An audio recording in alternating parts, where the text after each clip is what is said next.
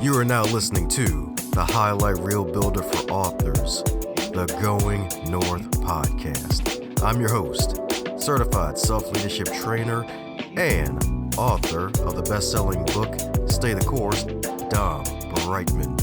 And you're going to be getting some goodies today from the guest that's up next.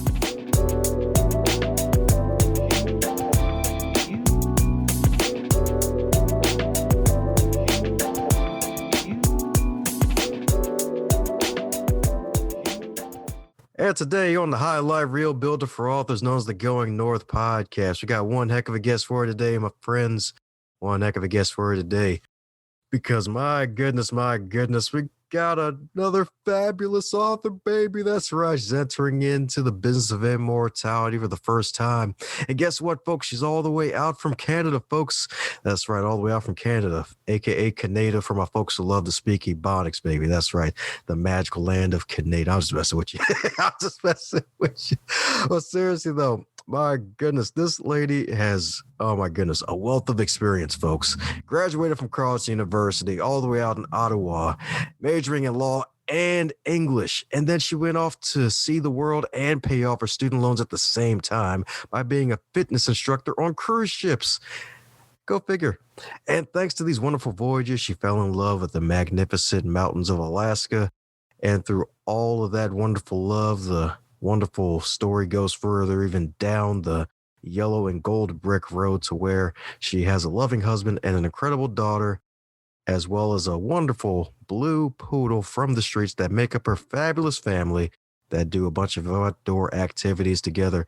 And it makes it even better, she's also a reader as well who loves to dive into the other world and sometimes just think about what world she'll create with her own thoughts, words, and imagination. So let's give it up for the one, the only, ER herself, ER the author, that is, Erin Royce. How you doing today, Erin? I'm doing fantastic. Ah, yes, indeed. Yes, indeed.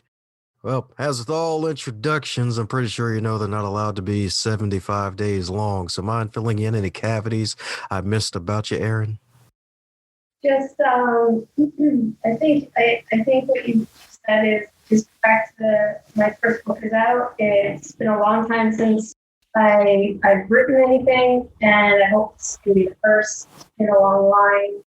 As I move forward, it's been quite a journey doing it from beginning to end myself. So it's been quite a process, but worth it. So. Yeah, I'm hopeful that there's more in the works, but it's a juggle with everything else these days. Okay, there you go. The first of a magical long line, indeed. Yes, indeed. So what inspired the first one? Oh, 100% my daughter. If you have kids, you know that they ask questions all of the time, all day long, 100 times a day.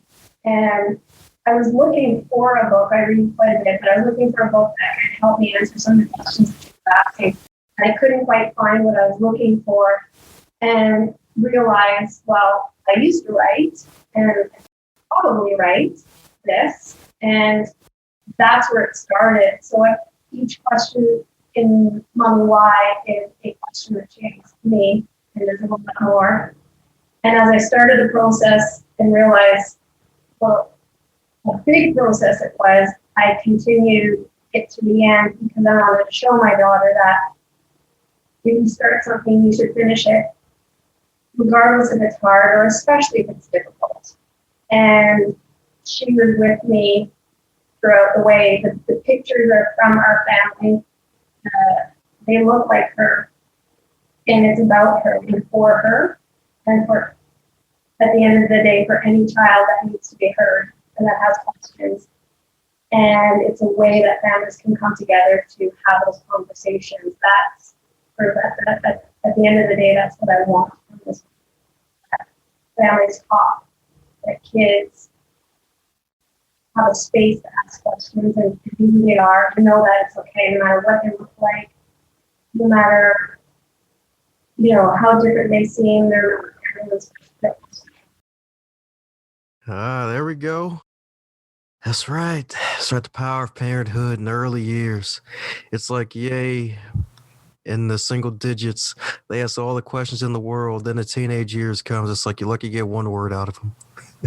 Well, the next book I was thinking to do, because this one's called Mommy Why, and it's when she's 4, 5, 6. And then the next one would be Mommy Why Not, because questions change from why is this to why can't I do this? Why can't I do that? What does this mean? So it definitely changes.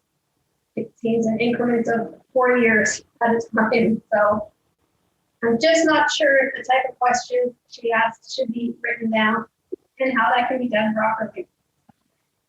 Let's see. There we go. The power of documenting, indeed. It's probably going to be an interesting journey, that is, with the parenting journey, indeed. It is interesting every day. See. Yeah. Well, speaking of interesting journeys, you had a past life as a fitness instructor. So how was that? Busy getting folks into shape to work off all that cruise food in a past life, since that was pre-COVID. I know that was a big part of my life. It was a great part of my life. It was a way to see the world and to stay fit and meet just amazing people from all over the world. It helped me pay off my school loans and save money, and gave me some stories I had yet to write. And being a fitness instructor, you're in front of people all the time, all different kinds of people, all different kinds, all different walks of life. And writing this book gave me the same kind of feeling as it did when I was teaching, which I no longer do at this point. But just giving something back that is useful, I think, and that people would get something out of, and teaching was amazing. And I always had my schedule. Nobody made our schedule but the instructors, so we always made sure that we had activities off the shift so we could get off every day and look around and enjoy the places that we went. So yeah, it was a good part of my life for sure. There we go, indeed. So, my goodness, so with all of that wonderful experience teaching, do you feel like any of it may have transferred into your current life now that you have all those experiences that you may possibly get to transfer into writing? Heck, maybe even keeping the fam in shape during all of this? Well, I don't know that we've been doing that great, to be honest, but we want to get back there soon. But yeah, I think so. I think that anything that you do where you have to be in front of someone or a group of people, and the more that you do it, can help you become more comfortable in your skin. And when you're teaching and during classes, there's a certain sense of structure that you have to stick with. You have to depend on yourself and nobody else, and you have to be committed and focused, and know that to create can take time. And I think that has transferred into my writing. I know it was going to take time. I know it was going to take focus. I know it was going to take effort. And I know it wasn't going to be smooth sailing the whole way. But I've been through that kind of thing throughout my life. So when I started to write, it was a familiar feeling. So I knew it was going to be a difficult process at times and challenging and exciting. But it was like putting on an old coat that I hadn't put on that I loved in a long time.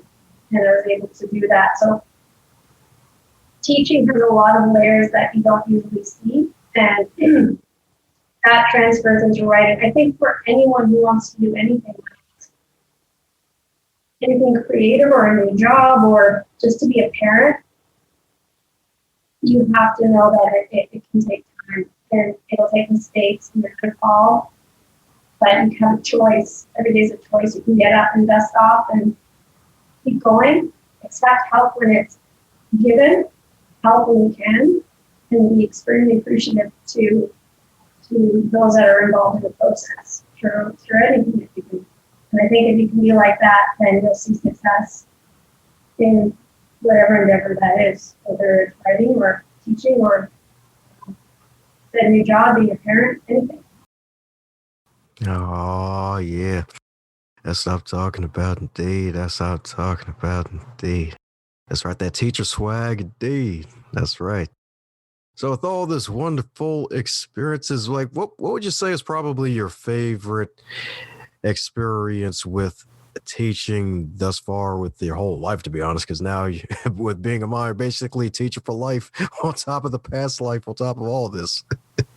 I think in general, whether I was teaching a class or reading my book to children, or even in the work that I do now, when you have a moment, you have that moment where you see in someone's face that what you said and what you've done has impacted them deeply in a way that's positive is what means the most to me and has been impactful to me.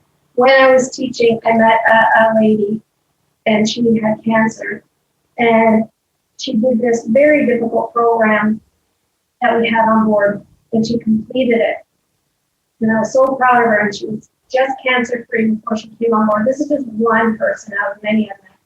And the day she left, she came to the gym and hugged me, and she took my hand and shook my hand and she held it. And she had a cancer bracelet. So while she held my hand, she slid it from her wrist onto my wrist. And she just looked me in the eye and said, "Thank you for everything. You've changed my life. You have impacted me in a way that you'll never understand." And it's moments like that in all of my life that have happened that make the different things that I've done worth it. When I wrote my book and I read it to a group of children, and some of them just coming up and hugging me and tears in their eyes and thanking me for being there and taking the time and just telling me things that I couldn't believe they were telling me because they didn't have anyone to talk to. So when I wrote the book and I had that experience, it was wrong. When I was teaching and I could help somebody see the work in themselves, I think that's what I like most out of everything I've done. If I can help someone really see that they are worth being here, they are worth every day that they're breathing, that no matter who you are, no one's better than anybody else. And when I can see that in their face because of something I said or did, that means the world to me. Yeah, that's a powerful story right there. That's a powerful story. It's so great when you can actually touch the lives of other people. And heck, it's even more powerful when you don't even realize. It's like, wow, like I'm actually doing something that matters. I'm making a difference here. You're like, yes, so good. Ah, yes, indeed. Yes, indeed. That's right. That power of making a magical difference. So, with this wonderful book now that you got in your hands, did you do any of the drawings yourself for the book since that was a passion of yours at one point? No, I did a lot of research trying to find somebody. I wanted somebody local. I wanted somebody I could meet with. And Katie Carlson, who's the illustrator, she was actually a friend of ours. She was 14 when she did the illustration. She was 40. And incredibly, she's 18 now. And she's an incredible young woman and talented. And so I decided to go with her because I was comfortable. I'd seen her before, even at 14, she was 10, 13. And so when she was 14, she did the illustrations for my book. And we're still in touch. So if there's anything else that I need done for another book, then she'll be my first one. She just got accepted in school for, she's not decided, I think architecture or art. She's very right and left brain. She can do it all. So she's amazing. That's what I'm talking about. Dude, it's great we can really tap into the power of both and use both effectively because some folks may be a little on the either side, like, oh, more on the right side, oh, more on the left side. Like, forget creativity. Give me numbers. That's my creativity. Like, very numbers oriented, very analytical, and extremely creative in many different mediums. So, yeah, pretty amazing girl. Oh, yeah. That's what I'm talking about. Some amazing girl swag indeed. That's what I'm talking about right there. Girls are amazing. Poor guys. Girls are amazing. That's right. We're both amazing indeed. That's right. That's right. Of many shapes and sizes. That's right. Colors too. That's right. Some rainbow swag indeed. It'd be boring if everybody looked the same, acted the same, looked the same. That's right. We would all be gray. That's right. Be neutral all the time. You know.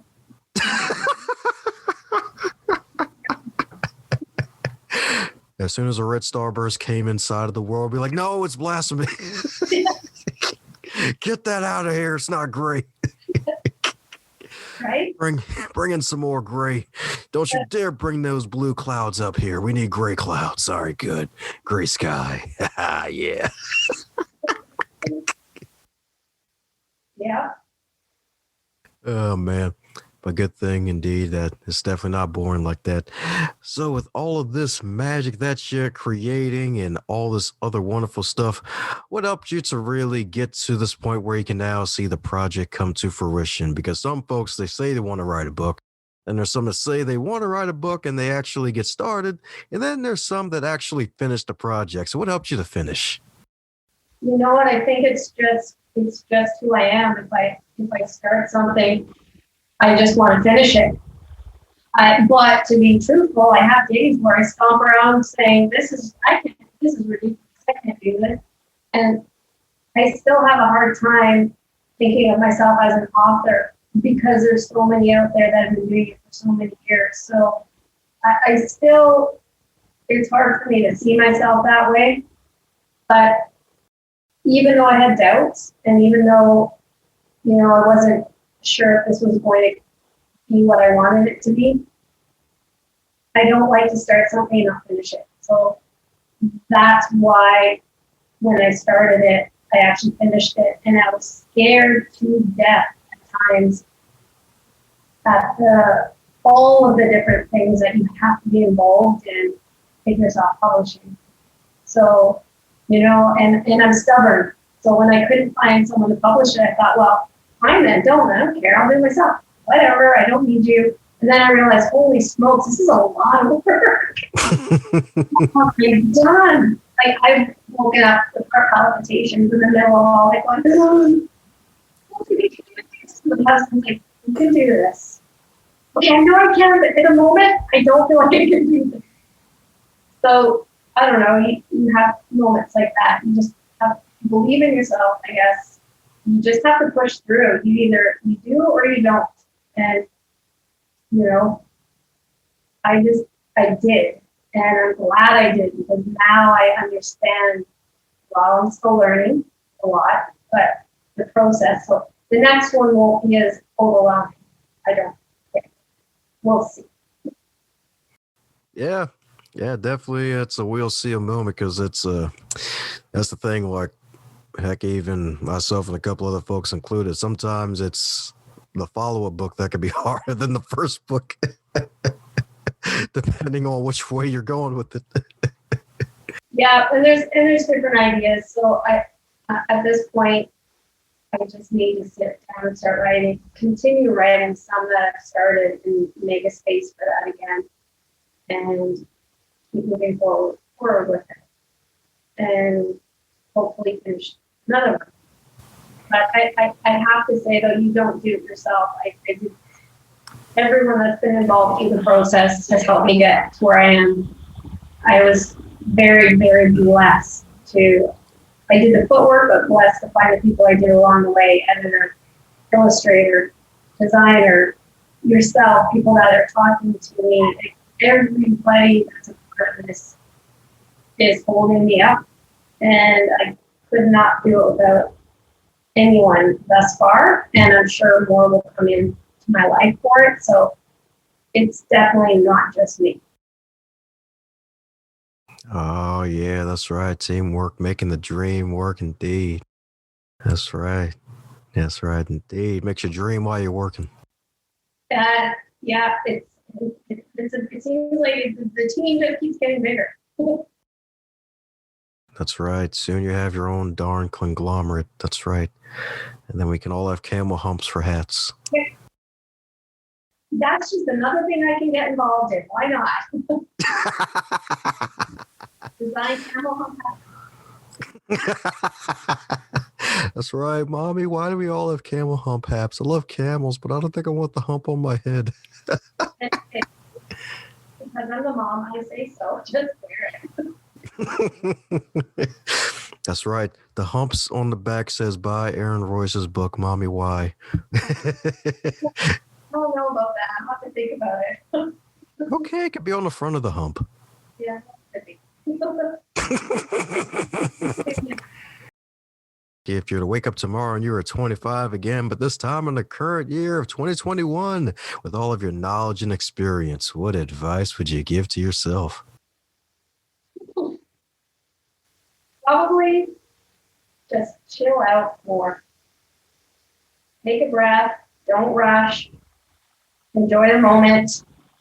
I found I would rush too much. Try to get, to the end of something quicker. I would definitely just say breathe, take your time, and enjoy the present more than perhaps they did at that age. And look around and consider people. Right in our 20s, I think we can be a little selfish. And I wish as a 25-year-old I had the knowledge of a 50-year-old. Just when it comes to considering other people and your actions and what you say and how you do things. And but yeah, I would say to myself, just chill out, slow down, think of other people a little bit more, and just enjoy the moment. Don't try to rush to get to the end of something. There we go. Rock solid advice right there. That's right. Don't have to rush all the time. Indeed, you might run into a Lego piece barefoot if you rush. That's right. It's not the scars.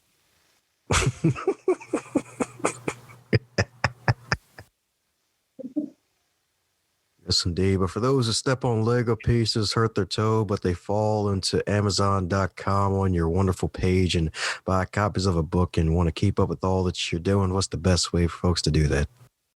Probably just my webpage. It is changing, so I have to get someone else. I'm having someone else come in and make some changes. But ErinDRoyce.com or if they go on that, it links up to my Facebook as well. And so you can go in one place and then and then Amazon is on there as well. So that would probably be the quickest way. And I believe my email's still on there too. So there's a few different ways to get in touch with me or about the book. On my website, ErinDRoyce.com. Woohoo! Well, there you have it, folks. Head over to erindroyce.com. It's going to be all in the show notes. Buy some copies of Mommy Why. You're asking yourself, Mommy, why should I buy this book? Your real question you should be asking yourself is, Mommy, why should we not buy 5,000 copies of this book and buy a bunch of copies of this magical book? Share with your friends, your family, your cat, your goldfish, your penguin. Heck, share with a camel or 50 of them and tell them all about this fabulous book and follow what Erin is doing because some magic is definitely going to be happening and it's going to keep happening indeed. That's right, with all the E's. Yes, indeed. And Erin's especially the top E in this case. So any parting words before we close up shop, Erin? I think just thank you so much for having me. I very much appreciate it. And just to everyone, live your best life. Be kind to each other, uplift each other, talk to each other, communicate. And you only have one life, so let's live it well. And just that's probably it. Live it well, be happy, be kind, and buy 5,000 copies of Mommy Why, as you said. That'll help. No, just thank you for listening. Thank you for having me. This has been a wonderful experience. How's it going, my friend? I'm glad you made it to the end. That shows that you really enjoyed what you heard and you are an uncommon finisher. Thanks for giving this show a listen. If you really want to help out the show, be sure to subscribe, leave a review, and share this with someone that you care about or someone that needs to hear this message, because we want to spread this podcast around like butter on bread, if that's your type of thing. And if it's not your type of thing, still spread it around anyway, because good stuff needs to be shared with good people like yourself.